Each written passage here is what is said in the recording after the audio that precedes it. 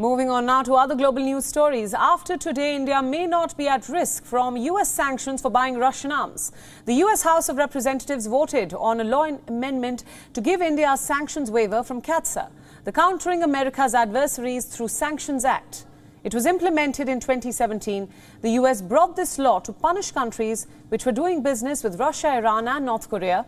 India has a historic relationship with Russia regarding weapon buys. Today, the US House of Representatives passed an amendment to their National Defense Reauthorization Act. It was proposed by Congressman Ro Khanna. The amendment states that the waiver of CAATSA sanctions are in the best interests of the US and the US-India defense partnership. India has run afoul of CAATSA twice by purchasing oil from Iran and weapons from Russia. India bought the S-400 air defense missile systems from Russia in 2018. The purchase made it possible for the US to impose sanctions on India.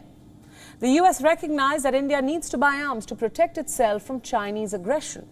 The US House of Representatives passed today's amendment with bipartisan support. The new amendment could be used to urge President Biden to not punish India for its defense purchases.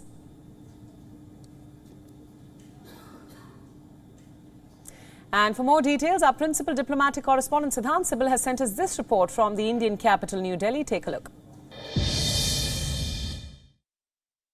In a significant development, the US House of Representatives have amended the National Defense Authorization Act. Now, this paves way for India to get a waiver when it comes to CAATSA sanctions.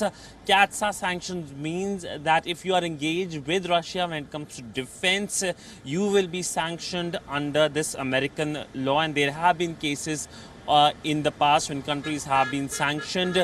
This amendment was brought in by a lawmaker, Ro Khanna, who of course is an Indian origin lawmaker. Now, we know that this is just a first step.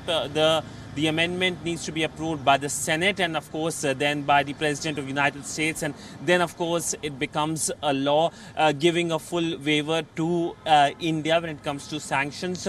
But largely, the process has been started. And, of course, it will be something that will be welcomed by New Delhi. Now, it is coming at a very interesting time. First, of course, just a day after the I2U2. Remember, the I2U2 or West Asian Quad meeting took place during the visit of the US President Biden to Israel, and the key focus has been economic cooperation. Two projects have been announced, one on renewable energy in India, and secondly on food parks, which again will be established in India with the funding of United Arab Emirates. It shows the economic engagement, but also in the backdrop of the Russian invasion of Ukraine. We know that the West is really not happy about India importing crude oil from Russia, crude oil, which is of course cheap. But despite the unhappiness, we have seen the willingness by the West to engage with New Delhi, whether it's economic cooperation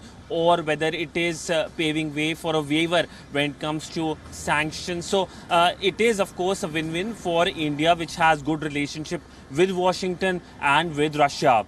With video journalist Ajit, Siddhant Sibal for WION in New Delhi. WION World is now available in your country. Download the app now and get all the news updates on the move.